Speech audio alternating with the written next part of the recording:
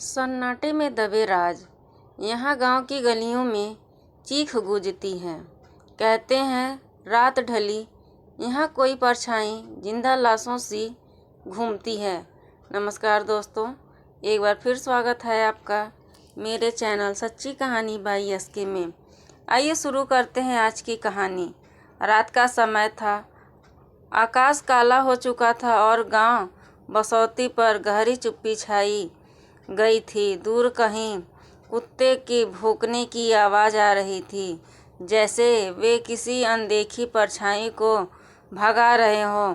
हवा में ठंडक थी, लेकिन उसके साथ एक अजीब सी गंध भी बह रही थी, जैसे किसी गीली मिट्टी से खून रिस रहा हो। गांव वाले अक्सर कहते थे, बसौती गांव में रात को मत निकलना, वहाँ छलावा घूमता है। पहला सामना गांव का नौजवान सुरेश एक बार देर रात लौट रहा था।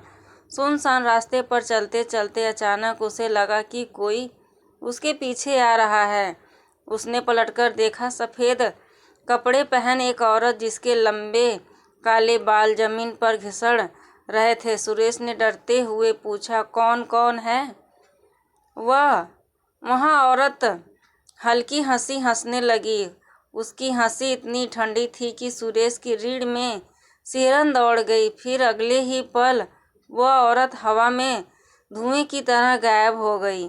सुरेश चीखता हुआ गांव पहुंचा। उसके बाद वह कई दिनों तक बुखार से कांपता रहा। डर का माहौल धीरे धीरे गांव में अजीब घटनाएं घटने लगी।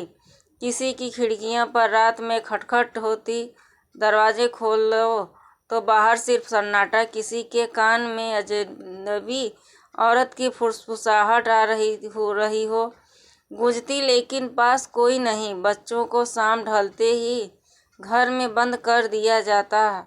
महिलाएं तालाब या खेतों की ओर जाने से डरने लगी। गांव की गलियों जैसे रात होते ही मौत का गलियारा बन जाती। पुराना राज गांव की बुजुर्ग औरत बसंती काकी एक रात फुसफुसाकर बोली, यह सब एक आत्मा का काम है। सालों पहले यहाँ की लड़की मोहिनी को बेशर्मी से मारकर तालाब में फेंक दिया गया था। उसकी चीखें अब भी इस गांव में गूंजती है। काकी की आवाज़ खौफ रही थी। वहाँ आत्मा न्याय मांग रही है, और जब तक उसे शांति नहीं मिलेगी, ये गांव उसके श्राप में जकड़ रहेगा। साहस की कोशिश कुछ युवकों ने हिम्मत दिखाई। उसने सुरेश, रामू और बलराम थे। उन्होंने तय किया कि वे अगली पूर्णिमा की रात को पीपल के पेड़ के पास पहरा देंगे। रात आई, आसमान में पूरा चांद चमक रहा था, लेकिन उसके चारों ओर काले बादल मंडरा रहे थे। तीनों ने दिया जलाया और मंत्र पढ़ने लगे। अचानक हवा का झोंका आया, पेड़ की टहनियाँ जोर से हिलने लगी और तभी धीमी धीमी हंसी सुनाई दी। पेड़ के पीछे से धुंध उठी। धुंध धीरे धीरे औरत का रूप लेने लगी। उसके चेहरे पर आधा खून और आधा राख चिपका था। उसकी आंखें लाल थी, जैसे अंगारे जल रहे हो। डरावना संवाद। रामू कांपते हुए बोला, कौन हो तुम? औरत की आवाज़ भारी और गूंजती हुई, मैं वही हूँ जिसे धोखा देकर मार दिया गया था। इस गांव ने मेरी चीखें नहीं सुनी, अब यह गांव भी मेरी चीखें सुनेगा। उसके शब्दों के साथ साथ अचानक चारों ओर अंधेरा छा गया। दिया खुद ब खुद बुझ गया। चारों ओर सिर्फ सन्नाटा और ठंडी हवा। बलराम ने कांपते हुए कहा, हम निर्दोष हैं, हमें क्यों मार सताती हो? और वह औरत जोर से हंस पड़ी। उसकी हंसी इतनी डरावनी थी कि जमीन तक कांप गई। निर्दोष? जिसने अन्याय होते हुए देखा और चुप रहा, वो भी दोषी है। आत्मा का सच। सुरेश ने साहस जुटाकर हाथ जोड़ दिया, अगर तुम्हें न्याय चाहिए तो हमें बताओ, हम तुम्हारी आत्मा को शांति देंगे। वह औरत धीरे से बोली, मेरी लाश तालाब में दबी है, उसके सामना दफनाया नहीं जाएगा, मैं चैन से नहीं रह पाऊंगी। इतना कहकर वह अचानक अकर्तक चीख मारती है और धुएं में बदलकर गायब हो जाती है।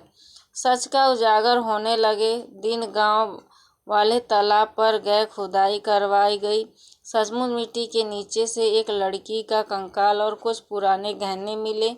गांव के बुजुर्गों की आंखें भर आई। उन्होंने विधिवत संस्कार किया।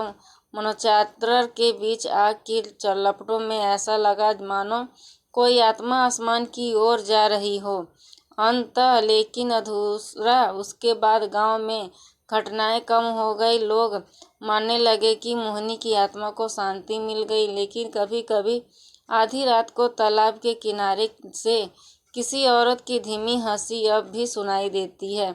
लोग कहते वह हंसी चेतावनी है कि अगर कभी इस गांव में फिर से किसी पर अन्याय हुआ तो मोहिनी लौट आएगी। कहानी अच्छी लगी हो तो अपने दोस्तों के साथ शेयर करें और मेरे चैनल पर लाइक, शेयर, कमेंट और सब्सक्राइब करें प्लीज़। आपका बहुत बहुत धन्यवाद। राधे राधे।